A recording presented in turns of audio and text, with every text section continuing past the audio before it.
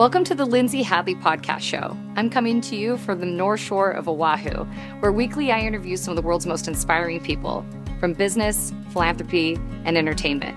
I love collecting humans, and these are some of my favorites I've found along the way. This podcast is brought to us by Capita Financial Network.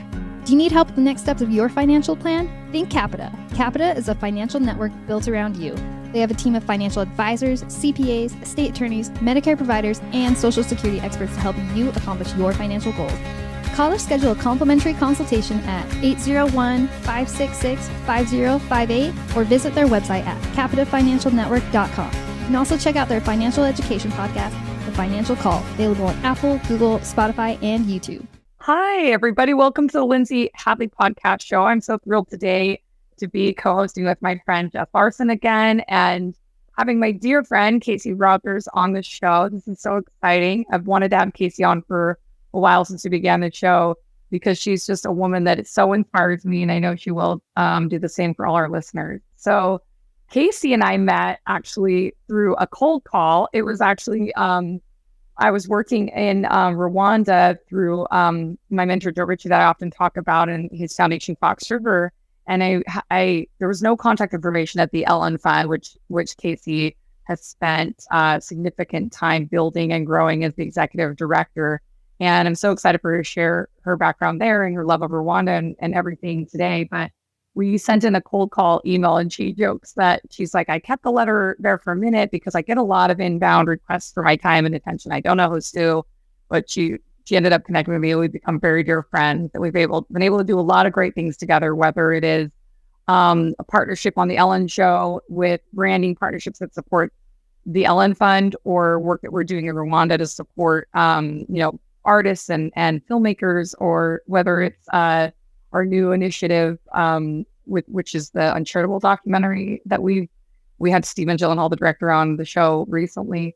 And Casey is just a powerhouse. And the best thing about her, besides her competence, her grit, her hard work, her smart, is her tremendous humility. She's so unassuming and has accomplished so much in her career, from working with family offices to philanthropy to running a major global foundation with celebrity optics that was kind of unprecedented. And now as a consultant of Telea Insights, which I'm so excited for her to share all about today. So Casey, thanks for coming on the show. This is so exciting. Thank you, Lindsay. What a welcome. My gosh. Awesome welcome music you offer. Well, tell us, Kate. Well, I'm so thrilled to let you share a little bit. Why don't you start with sharing the journey of your career? You recently came and spoke to a university of students. It was kind of one of your first public speaking engagements, which, by the way, she crushed it. She was a little nervous about it and killed it. Was one of the favorites from all of the students all semester. But you did a great job kind of sharing the arc of your story. Do you mind sharing today a little bit what got you here today? Yes, absolutely. So I'll start at the beginning. I grew up in Cleveland, Ohio. Even though I'm now based in Santa Barbara, California, I like to say I'm a proud Californian with Midwestern roots. I'm happy to have both of those places as a part of who I am. I always envisioned that I would be an educator, that I would be a teacher, and sort of pursued that path, but also had a love of arts and was really strong in leadership growing up, and a fondness and affiliation sort of for nature. And I graduated from college, thought I'd be a teacher, had a curiosity about Africa, and said, okay, I'm going to marry these two together, and applied to a program that placed teachers in developing countries, and was placed in Namibia in Southwest Africa. And that's really one of the huge inflection points in my life, because I continue to have a deep passion for Africa and a commitment. And it really was sparked and nurtured over 20 years ago when I was a fifth grade teacher in Tsumeb, Namibia. But I quickly realized I didn't want to be in the classroom, which is kind of an odd thing to realize, after all this training and certification and all of that. And started a nonprofit called Deep Roots that provided scholarships to secondary school students, high achieving, most of whom were girls. And that's really where I cut my teeth in the nonprofit sector, startup. And, over the last 20 years have worked both in the, implementation side, right, working for nonprofits, Also working for funders like the Conrad Hilton Foundation, which funds at a very global, large level, as well as helping families of wealth identify their legacy and direct their giving. And as you said, I really had such a wonderful opportunity to work both with Ellen DeGeneres and Portia de Rossi to launch the Ellen Fund in 2018, focused on conservation for endangered species. And there's a campus in northern Rwanda called the Ellen Campus of the Dian Fossey Gorilla Fund, which is focused on mountain gorilla conservation and really training the next generation of African conservationists. That was the inaugural initiative of the Ellen Fund, and one of our really proud achievements. And then, like you said, I launched at the beginning of January Telea Insights. Telea comes from a Greek word meaning ultimate purpose, and I really value my own insightfulness and insights in general, the idea that you can have book knowledge, but you also can have lived experience, and they can be equal in somebody's assessments. So bringing the idea of ultimate purpose and insights together to help accelerate social impact, specifically in the areas of social justice, women, Africa, and nature. And Lindsay, you and I have been able to work together on so many wonderful initiatives. And, I have to just end this piece by saying you and I also share a common commitment to family. And I'm mother of 2 daughters. I have a wonderful husband, Michael. And, being able along this journey that I just quickly took you through to balance my aspirations and ambitions alongside my desire to nurture a healthy, thriving family. Oh, you do it. You make it look easy. I mean, those girls are everything to you, and you've taken them a lot on your journey. I mean, they've been to Rwanda. I just remember last year you and, That's right. and Michael taking them. And Michael is as precious as a husband can ever be. He's so talented, and he's the brother of Portia de Rossi, who's the wife of Ellen, and having a family that has such visibility. It's just amazing how much of a servant attitude you and Michael have had in that capacity, and how willing you are to do whatever it takes to make the good things your family is about at large win. Like you guys do, you really have no ego in it. And it's just so stunning to me. It's so inspirational. And, Lindsay, one of the things that I really admire. Oh, go ahead. I really believe that there's so much power in the possibility of family. And it's not always easy, but whether it's been through my work in philanthropy, working with high net worth families and actually helping them find a very effective, fulfilling place in philanthropy as a family. I was, an owner with my brother and sister in a family business, or as you say, working with family with the Ellen Fund. It really is a commitment of mine throughout my life to find ways for family to work, whether it be in business or around the dinner table. And I think that, gosh, we would all benefit if we could see more families really thriving. Oh, I love that. I love that guiding North Star. And it's interesting because having worked with you as a colleague and a partner and a friend in different capacities, you make everybody around you feel like family. I mean, I think it's just your other-centric wiring. You're very aware of others. You see them as an extension of you, and people feel that intrinsically. And you are deeply insightful. So I love Telea Insights as the name. Tell us a little bit about the projects you're currently working on, with regards to this new consulting, and how inspiring that now you can kind of branch out this remarkable network you've built over the course of your career and find ways to infuse value in such a creative way. Thank you. It is an exciting time, without a doubt. And you were a wonderful mentor, 9-10 months ago, really, having a thought partnership with you just around your lessons learned and, sort of trying to refine some of my thinking. So thank you for that. I would start by saying, where you and I intersect is around the film Uncharitable, which is so exciting because it is talking about how we need to change the way we think about change.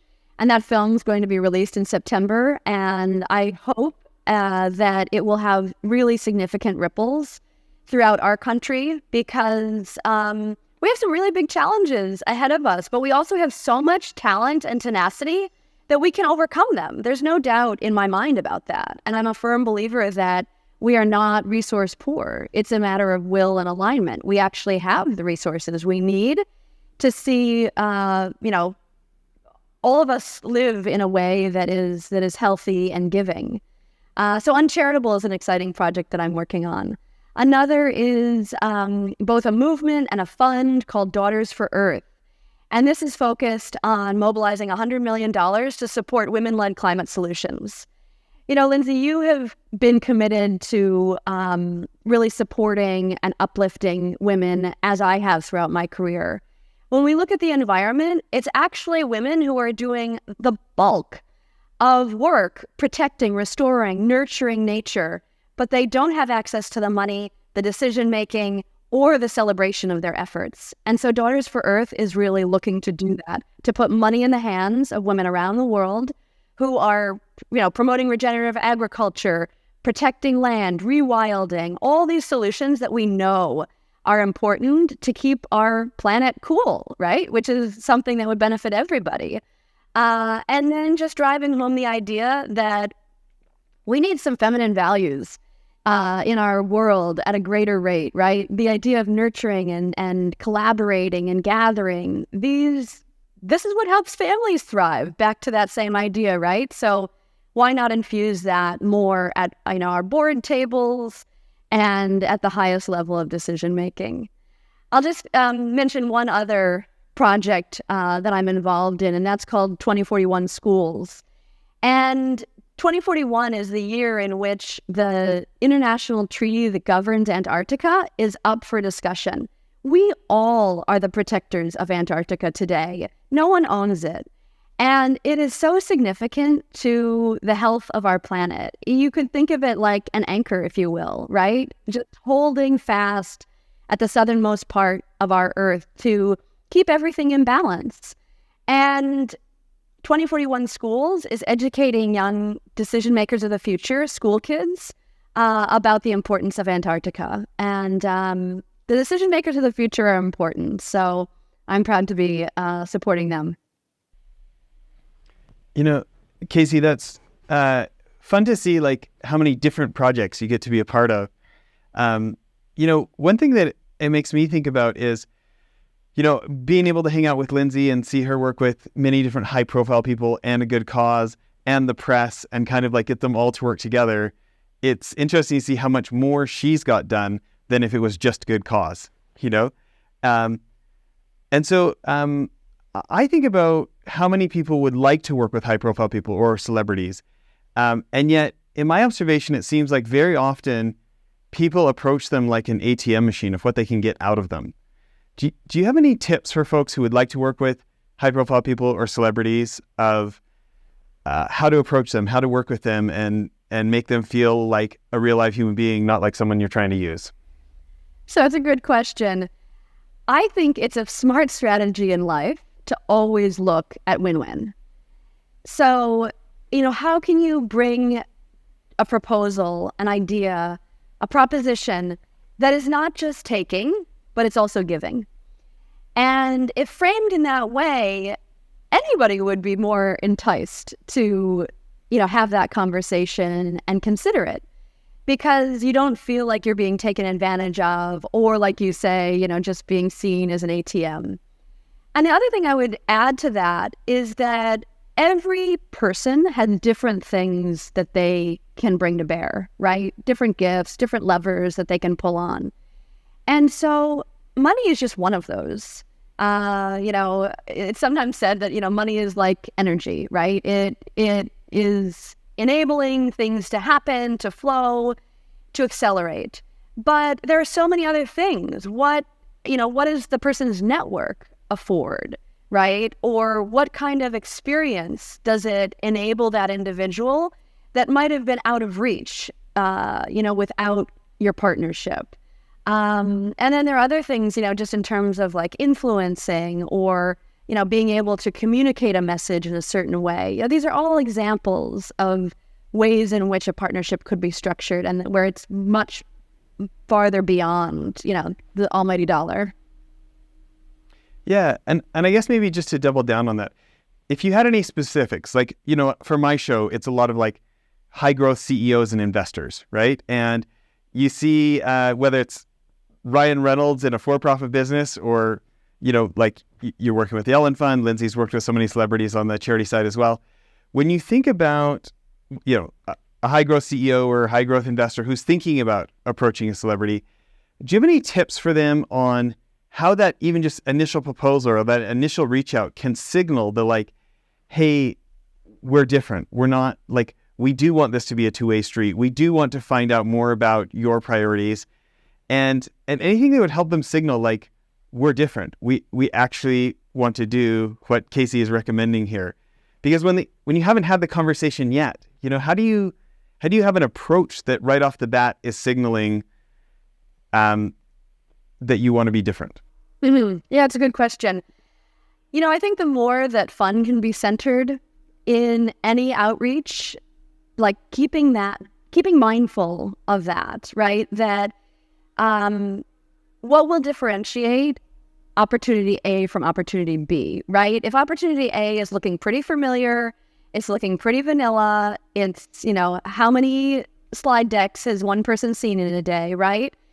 And if opportunity B has an element of fun or whimsy or even just communicating that, like, we are looking to make this win-win, we think this is what really appeals to you, and this is why we're positioning it like this.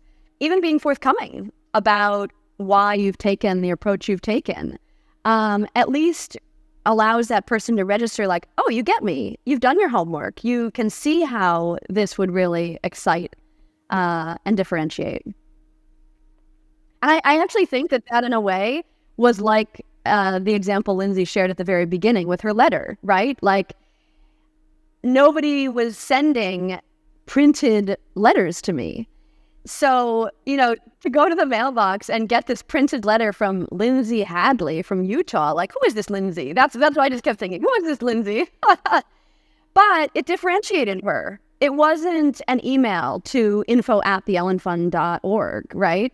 And it showed a level of sophistication and professionalism that I appreciated, even though I still had a little bit of skepticism, just like to make sure that, there was that win-win possibility, but certainly it differentiated her. Yeah. Well, maybe just one more question before I hand it back to her here. When you think about the most common mistakes people make when approaching celebrities, approaching high-profile people to be a part of a cause, a business like this, what do you think are some of like the most common mistakes you see made over and over? So I can give you an example that's specific to Ellen, as just to augment that idea, which is that many people know Ellen for dancing. So anybody leading with the idea of dancing is of course they know Ellen in the public sphere, but it doesn't really seem like they've gone deeper to know more about her or know more about how she ticks than just what they might have seen, in the afternoon Ellen show. And so that's just an example. If somebody's leading with just one element of someone's personality or their public persona, it's too thin. You want some depth and complexity. And so I just use that as a small example to really say, like, go further, try to understand the totality of someone to really help guide how you're positioning something. It's funny when you say that, it's all of a sudden becomes so obvious as soon as you say it, so I think once my podcast hit #1 on all of Apple iTunes for innovation, we just get flooded with PR pitches, right? And it's usually like the intro line, like half of the first sentence is personalized. Oh, Jess, I really enjoyed and they just name whatever was the last episode on my show. And then the rest of it is just a form letter, right? Yeah, and you know that. Or you feel it. And like the ones that get the second look are like the ones that you can tell like actually looked up something about me. Actually, like that did like the next level of like, seemed like any kind of investment in me, like to the point of like even having a sense of what my show is about. Like they make some assumption from the title, they pull whatever the last episode was, and then they give me a form letter. And those people are so easy to say no to. I mean, I know I'm like on a minuscule level compared to Ellen, but the principle are like resonating with me. Exactly. And I think, the other thing I would say is that persistence pays off, right? I am a big believer in timing. And sometimes, as you say, if you're really deluged with requests, you can't focus on something or you can't get to everything. But if there's someone who comes back to you and back again, either it becomes really annoying and problematic, but if it's a really solid idea that is bringing them back because they have such strong belief that there's a there, then that's also a piece of it, I would say, in terms of, being willing to be patient and appreciate that timing does matter and can matter. Yeah. One of my favorite authors is a marketing author named Seth Godin. And I asked him to be on the show probably at least 5 times over the last 7 years.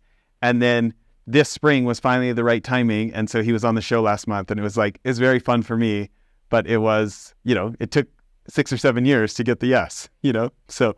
Yeah. And I would say that, as you know, I'm a big believer in, insights and intuition. And if you're someone who's reaching out and just has this very deep-seated belief that there is alignment, stay true to that. Maybe it will take months or years, but if you're genuine in your outreach and your intent and this aim to find win-win, then stick to it. Maybe it morphs or adjusts over time, but don't lose sight of that very deep in the belly feeling you might have about it being right. That's great. Lindsay, I'm sure this is bringing up questions for you. I'll hand it over. Yeah, thanks, Jess. I mean, I think that is one thing that actually kind of astounds me in my career is when I talk or consult other people to help them think, well, no, just get behind them and then they get behind you. Like, what value you bring into them? It's amazing how common sense is not common practice. Like, a lot of people are like, oh, I need this celebrity here, and it's a good thing. It's like, don't you realize they all have tons of good things they're getting invited to, and they have their own good things they're working on. Get behind what they're doing. Find how what you're doing will build value to them. Be a value creator. That also obviously helps enable the things that you're trying to do in your life, because those are the truly synergistic, compatible relationships right out there. The neat part is, you've done a great job at that. Yeah, you've done an amazing job at that, Casey. So what have you found over the years? What you did in Rwanda is a prime example to me with the campus. And I'd love for you to share a little bit what you've done there, because talk about amazing value that you've created, not just for the gorillas and the actual inherent cause, but for the entire community, the government at large, and broadly just the planet. I mean, maybe you can share a little bit about how all of that ended up, being this incredible value-centric thing. Yeah, absolutely. It is a proud moment in my career. So, the Ellen campus of the Dian Fossey Gorilla Fund in northern Rwanda, to me, is an example of partnership par excellence, like working at the highest level. And that partnership included the initial and really anchored leadership of the Dian Fossey Gorilla Fund, which has been working in Rwanda and Democratic Republic of Congo for over 50 years, protecting gorillas, supporting communities, advocating for conservation. They were one of the partners. The Ellen Fund was one of the partners as the earliest and largest contributor to this campus project. And I'll name a few other key partners. Mass Design Group, the architecture firm that was hired to conceptualize and build the campus, which began its work in Rwanda over a decade ago and has since expanded to other places on the continent of Africa, as well as the United States, Haiti, and beyond. The government of Rwanda was another key partner, right? Because in any country you work, you're always needing to be respectful and aware of that government's plan and purview. And the government of Rwanda takes conservation very seriously. And it's actually a part of its a key strategy of its, development plan overall. So these were some of the key partners involved. And the reason I say that this was such an exemplar in terms of partnership is because no one was doing what the other one was doing, right? We all could play to our strengths. And so the Dian Fossey Gorilla Fund, they are the owners and operators of the Ellen campus, 12 acres, sustainably built, beautiful and expansive. And they are the experts in conservation. The Ellen Fund, we are, experts in terms of influence and funding and, certainly communication as, Ellen, one of the world's best communicators, right? And Mass Design, their slogan, motto is that beauty is justice and justice is beauty. The idea that a beautiful top-class facility in northern Rwanda is exactly what's needed and what can be delivered. And it's the coming together of all of us that brought that about. And I'll just flag, a real proud moment about this, which is that the campus was constructed with more than 2,500 local workers, almost 25% of whom were women, during COVID, when all tourism revenue and jobs had dried up because of lack of travel. So in an area that already has a need for, more work opportunities, employment opportunities, there were 2,500 jobs, and of those employees, over 500 received certifications in new trades that they received while on the job. So just, allowing that ripple to continue flowing. Oh, so it is truly a stunning, likely, like you said, best-in-class example of all of you playing this sophisticated, which really was largely you, Casey, giving you credit, but where it's due, but playing the sophisticated, choir conductor, if you will, of getting all of these people to come together and sing the same song. I mean, it's a stunning thing. And if anybody has a chance to go there and visit, maybe you can share how the public can engage with that project. Oh, absolutely. It is one of the key destinations for anyone traveling to the continent of Africa, the Ellen campus. It's open 7 days a week, 9 to 5. There's a gorgeous public exhibit that takes you through the life of Dian Fossey, who really committed her life to gorilla conservation, and then takes you into present day to understand all the science and research and protection that the Fossey Fund supports.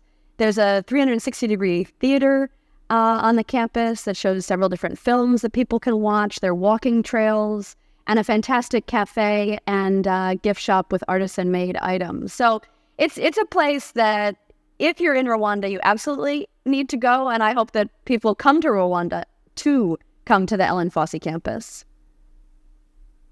Amazing. So Casey, as you've done this work predominantly over the last, how long were you at the Ellen Fund? It was 12 years? Is that right? Was it a decade? 8? Okay. 6 years. Okay. And your work in Africa kind of, and to me, blends because it all so synergistically came together. You leveraged all those relationships.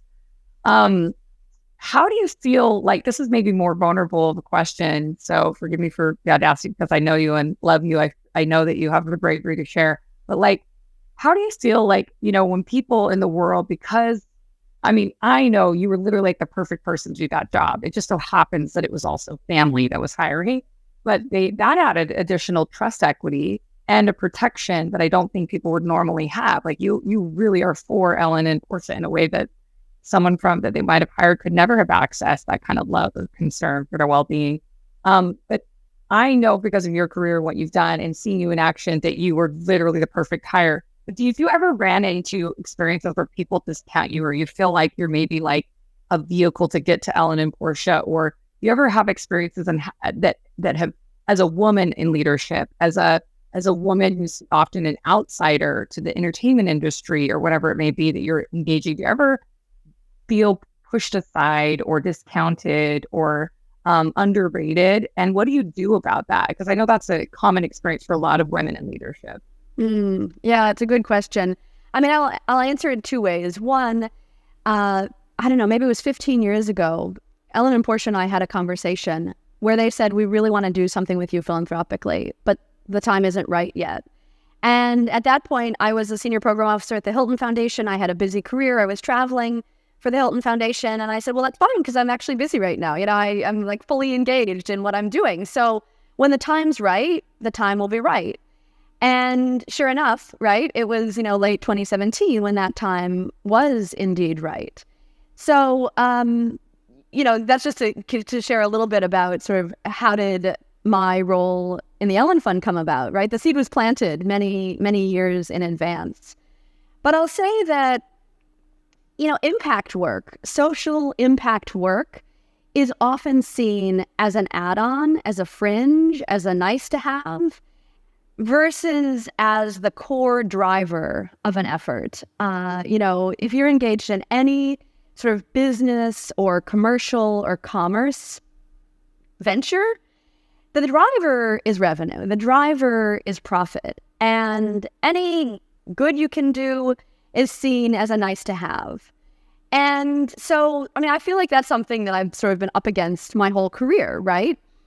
But I have really deep conviction, a very strong compass in terms of what is beneficial to our greater world, right? To that idea of thrivability that I referenced earlier, to getting to a place where people can thrive and really live to their highest potential and capacity. And I keep that as my North Star so that when I have to kind of fight my way into a meeting or, find space in an agenda to talk and to advocate for what I'm working on, whether it's the Ellen Fund or something else, I do it from that very deep center. And when I'm working from that place, I'm unapologetic because I know it's not about more Casey Rogers in the world. I know it's about protection of a species or support, for women to be able to thrive or protecting and restoring our earth, right? Like, come on. Who doesn't want to get behind that? That is such a stunning approach because then your sincerity can be felt. People, they can't miss you when you're so clear about your why. Jess, what does that bring up for you? Well, I think a lot about how many good causes there are in the world. Like I was lucky enough, Casey, to talk Lindsay into launching our charity, Child Rescue, over 13 years ago now. And it went so well that we're obviously still around now. And but I think about over those years since Lindsay launched it for us, like all the people have come to me for nonprofit advice. And so much of it is not, can I find a good cause to work on? It's funding. In my experience, most people in the nonprofit space are experts at doing the work, but they maybe don't come from a background of investment banking or sales or marketing or, skills in acquiring funding, right? So thinking about whether it was your time at Hilton, time at Ella Fund, other people you've worked with, a little bit related to my previous question, when you think about requests that come in that stand out, requests that get the second look, that have a higher probability of being considered for funding, what advice do you have for people, whether they're writing grants or proposals or anything like this? What kind of thoughts would you recommend to people? Jess, fundraising is so hard, right? Even if you're extremely talented at it, like our Lindsay Hadley is, it's hard. It's really hard work. And it gets back to that like deep well of conviction, right? That you have a belief in what you're doing and what you're supporting, and that you're inviting people. You are giving an opportunity for people to be part of that, journey, that ride, that ultimate, achievement, if you will, and continuing to come back to that, especially when you stumble or get that no again and again and again. I'm thinking of an example. I've been part of a board that supports emerging leaders in social justice. And these are folks who probably wouldn't call themselves a leader, right? They're beginning their leadership journey, but they have a deep passion and drive to, solve a social problem. And in that case, it's really tapping into this passion. Like, would you be doing this work if you weren't compensated for it? If you weren't, receiving recognition? I certainly think people should be fairly compensated and receive recognition. But like, is this something that you will want to move forward regardless of if the funding comes in the right time, things like that? That's the type of person that I want to bet on, and that I would want to invest in. And so whether you're investing in them as an emerging leader, for example, or an organization that they are championing or leading, that's a piece of the quality that I'd want to see. The other thing that I would say is it's very enticing to be able to join an effort that's bigger than yourself. And I think that if you are a funder or providing funding, it also can sometimes feel lonely or risky if you're the lone funder. So the idea of being able to take an opportunity to somebody that says, look, these folks are already in, will you join us? Or the intent is that you won't be the only one, right? We're building this out so that there will be a dozen or dozens or hundreds or millions or whatever it is of other supporters. That is really incentivizing for people. I love that answer, but you're so good at making things simple that as soon as you talk, I'm like, that's so obvious. Why do I even ask? That's such a good answer. I think about like for-profit fundraising, and I hate showing up and begging one person for all the money. And they all of a sudden, like, the power dynamic is so skewed. It is not a peer-to-peer conversation, right? But like, I think about like, I haven't raised, I raised a bunch of money, but not as much as other people. Okay. And my favorite thing is when you can show up and say, like, we're doing this with or without you. We could do it faster with you. If you're excited about this, we would love to have you on the team, but by no means confuse yourself with like granting us our future. We're doing this either way, just so you know. 100 million %. Yes. And I think that's where the conviction comes from, right? Like, you believe in your own idea so deeply that whether or not that donor supports you or the next one, you're still going. And there is a lot of power in being able to say no, right? Like, no, our values don't align, actually. And so we're moving in a different direction. And the ability to say, we are moving forward with you or without you, but we'd love it if you could be with us. Yeah. I think about the large project. I think I saw your Rwanda one was like 15 million. Is that right? And you think about projects on that scale, and like, I love where you talked about this idea of being, like, you think it's lonely being an entrepreneur. It can be lonely being a funder, right? People already spent a lot of blood, sweat, and tears to get this money in the first place. Nobody wants to do that over again, right? And humans, we love company. As soon as you say that, I can see like, yeah, we love to hear like, hey, we're not looking to you to solve all our problems. Here's the credibility of the other people who think this is a good idea as well. Or even if it's like, hey, I'm going to put words in your mouth. I want you to correct me. But like, is it like, could you go and say like, hey, we want to get constituency. We want to get a number of the greatest minds who want to partner on this, both the work side and the financial side. Would you consider tentatively being a lead off where as long as I can get other supporters, you'll get involved, but we're not asking for your money if we can't get the other people? Or, like, what could we all do to reduce the risk of the grantor? So I think that is a very smart strategy. The other thing that I'll say is listening is exceedingly powerful. So reaching out to a potential funder, right, whether they're funding a nonprofit or a for-profit venture, and seeking their input, right? They're a leader. They've made things happen. They're successful. What feedback do you have for us? What blind spot do we have? What haven't we anticipated? And as a piece of your developing relationship, so that you're not first saying, fund us. You're first saying, be a thought partner. I value who you are. I value more than your money. And I really want to hear candid feedback and to improve. Lindsay and I have a friend named Mitch Warner who runs the Arbinger Institute. And you sound just like him. He says, if you want advice, go ask for money. If you want money, go ask for advice. And like, as you're saying that, like, but think about I mean, just as you're saying that, like, I love the answer, because talk about signaling, like, I see you as a partner. Hey, it'd be great to get your money at some point, but could I get your advice first?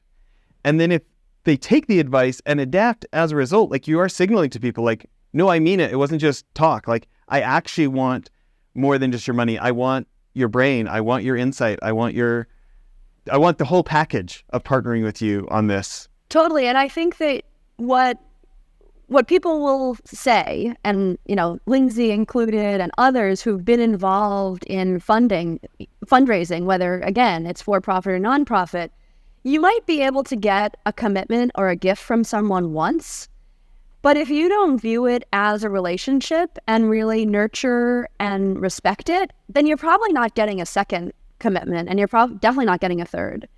So if it's only transactional, you might get that first one, but it's not going to lead to bigger and better things, because people feel it. They realize that all you see me for is the ATM, right? As you said earlier, Jess, versus this genuine relationship and caring of and for one another.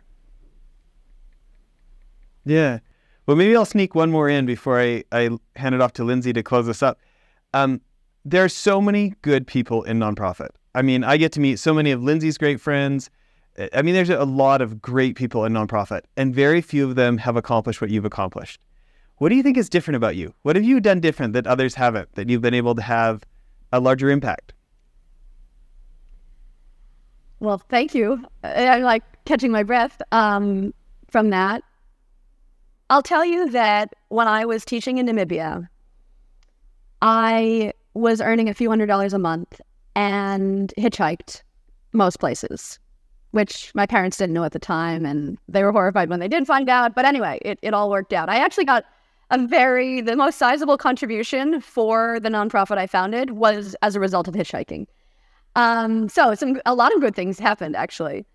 But one day while I was standing on the side of the road waiting for a lift, I had what I can only say was an epiphany, where I just thought, I want to be a conduit between needs and resources. And it was like I received a personal mission to have a foot in communities and a foot in boardrooms, and to be able to be an in-between and a translator and a conduit for resources flowing.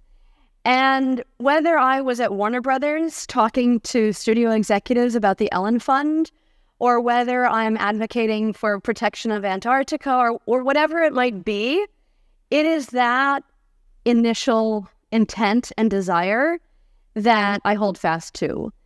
And I'm driven because I know that so much is possible, but it just might not be front of mind for everybody. But I'm not going to stop trying to get it to be front of mind for everybody. Yeah, that's inspirational. I love hearing that. Lindsay, I'll hand it off to you. Thanks, Jess. And yeah, this will be our last question coming up here on the end of the interview. But thank you again, Casey, for being on. Casey, Oh, yeah, thank you. I was going to say, you're such a delight to listen to and so deeply insightful. What would you say is your the thing that you're maybe most excited for going forward? I mean, you've got these great clients, and you're seeing such momentum, and you're in an entirely new moment of progression in your career. But what is it that's exciting you most? And is there anything you want to share with our audience before you leave? Sure. Well, I have started hosting intimate events called Telea Talks in Santa Barbara, which are really focused on inspiration and connection. And I am a believer that people are having difficulty accessing inspiration today. It's not to say there is a lack of inspiration in the world. And so one of my roles is to really offer that up, to show people possibilities and to warm their hearts so that hopefully they can carry these stories forward out into the world, or better connect to their own sort of humanity mission. And I thank you, Jess, for saying earlier, the story was inspiring. get that feedback, and I sort of am surprised by it, right? It's just my life. It's just what I've done. I'm not aiming to inspire, but I am eager in this new chapter, Lindsay, to be able to tell more stories, to be able to share more broadly what is possible as a way to accelerate possibilities, catalyze them, and ultimately really light people's hearts on fire for what a world where we're all thriving could look like. I'll just say thank you, Casey, again for coming on, for the way you live your life, your way of being. And I hope you keep listening to those insights because they've been such a gift to me and anyone who encounters you. So thanks again for coming on. Thanks, Jess, for co-hosting. Do you need help with the next steps for your financial plan? Think Capita. Capita is a financial network built around you. They have a team of financial advisors, CPAs, estate attorneys, Medicare providers, and Social Security experts to help you accomplish your financial goals. Call to schedule a complimentary consultation at 801-566-5058 or visit their website at www.capitafinancialnetwork.com. You can also check out their financial education podcast, The Financial Call, available on Apple, Google, Spotify, and YouTube.